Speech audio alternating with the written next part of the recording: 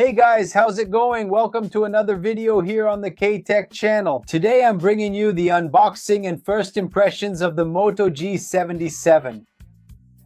And here we have another mid-range release from Motorola in our hands. And as soon as it was released here in Europe, I rushed to buy my unit so I could show it to you, since it's a device that's also being sold in Brazil. By the way, you'll find the purchase link here in the video description. If you use the link, it helps me a lot. I'll also leave it on the screen during the video for you. And before anything else, don't forget to leave your like. It helps a lot. Check if you're subscribed to the channel and turn on the notification bell. And if you can share this video, that would help a lot too, alright? And now let's get to our unboxing with the initial review and first impressions of this new Moto G77 release. Let's get into the video. Let's do it!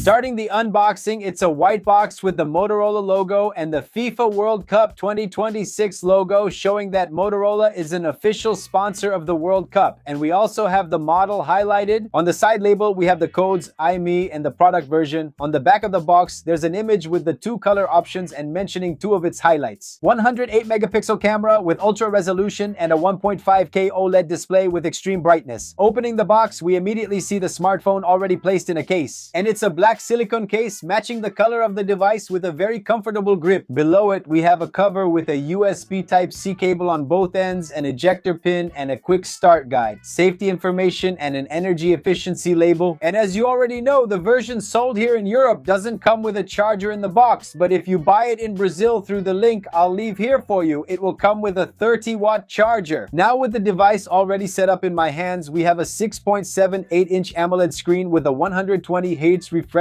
rate HDR10 and a maximum brightness of 5000 nits excellent brightness. It has a very good grip, weighing only 182 grams with a thickness of 7.3 millimeters, very thin and very light. And this black color looks classic with a smooth, soft kind of rubberized touch. And in the center, we have the silver Motorola logo. It definitely deserves that nice little smack on the back. On the right side, volume up and down, power button, and on the top, microphone and noise reducer and sound with double atom technology. On the left side, there's the SIM card tray, and on the bottom, microphone, USB Type-C port, and stereo sound output. Let's start by talking about artificial intelligence, which doesn't come pre-installed natively, okay?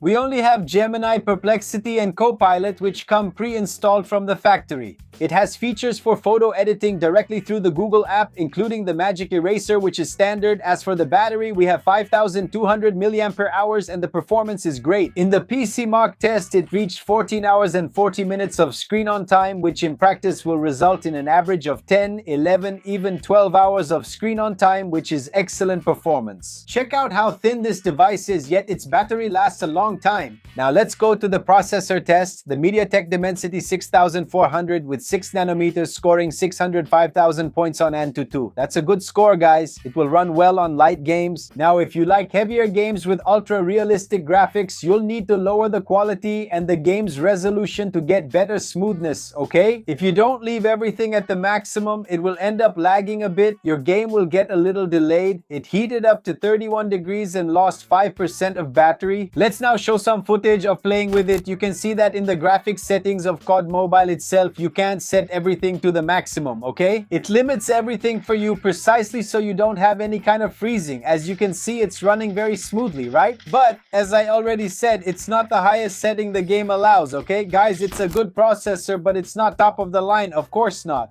Like I told you, if you're going to play a heavier, more demanding game, you'll have to adjust the graphics settings, lower the resolution a bit so you don't get any kind of freezing. But it's a device that will serve you really well for your daily use. It'll run everything smoothly, even for lighter games and daily activities like WhatsApp, social media, YouTube, videos, everything will be just fine. It's a processor that will serve you well and won't let you down. It comes with IP64 certification and military certification STD810H. As for the operating system, we have stock Android running Android 16 on the device. It also, of course, comes with NFC connectivity for making contactless payments and Android Auto working without any issues. On-screen fingerprint unlocking and facial unlocking are satisfactory. They're not the fastest, but they work well. And there are two versions of it, 8 GB of RAM with 128 GB of storage and 8 GB of RAM with 256 GB. It supports two 5G nano SIM cards or a nano SIM card and a micro SD card. You can expand its memory. And it's cool that it also supports eSIM connectivity. Now let's move on to its audio and video test. Alright guys, let's do the audio and video test here with the Moto G77 Advanced Quality 1440p, which is a 2K display. Let's turn the brightness all the way up, rotate the screen, zoom in, and set the volume to maximum as well.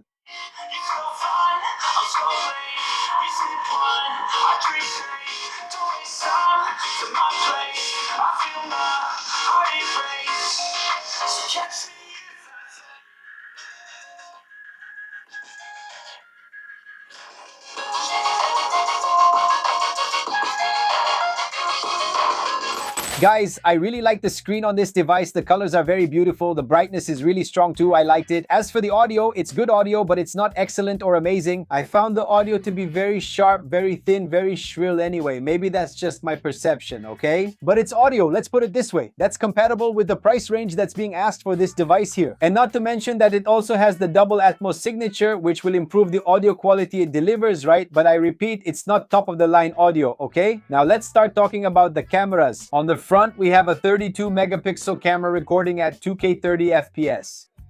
Let's take photos and videos now with the front camera.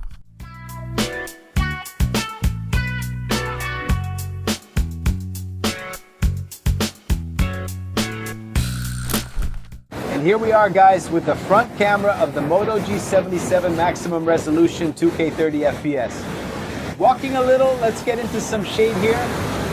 Let me lower it here, look. Shade. And back there we have a white sky. Come out here, look, blue sky. White sky, okay? There's that. 2K 30. Let's test the stabilization here, walking. Walking here on stones, it shakes a lot, but it holds up well. Wonderful. There you have it, guys. Moto G77 front camera. Guys, it's a good front camera. It just missed having HDR for video, but I really like the photos. And now let's move on to the rear part, which has two cameras, a main one with 108 megapixels and OIS stabilization, and a second one with 8 megapixels ultra wide. It can record just like the front camera at a maximum resolution of 2K 30 FPS. Let's take photos and videos with its rear cameras now.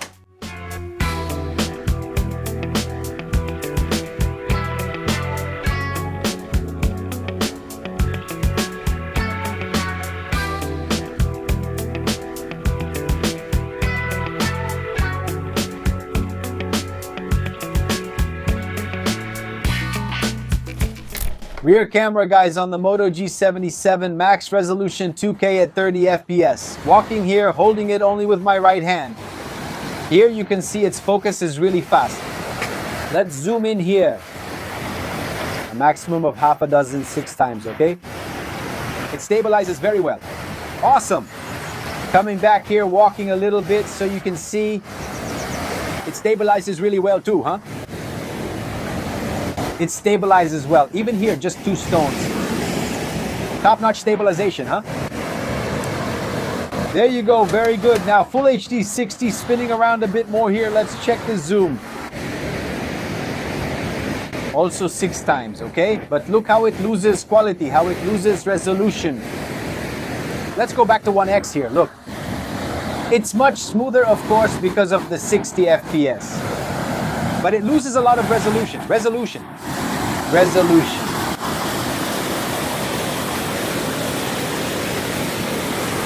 Look at that, look. Awesome, huh? Very good.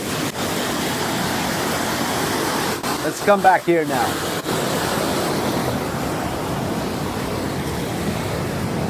Awesome, guys. Moto G77 rear camera, full HD, 60 FPS.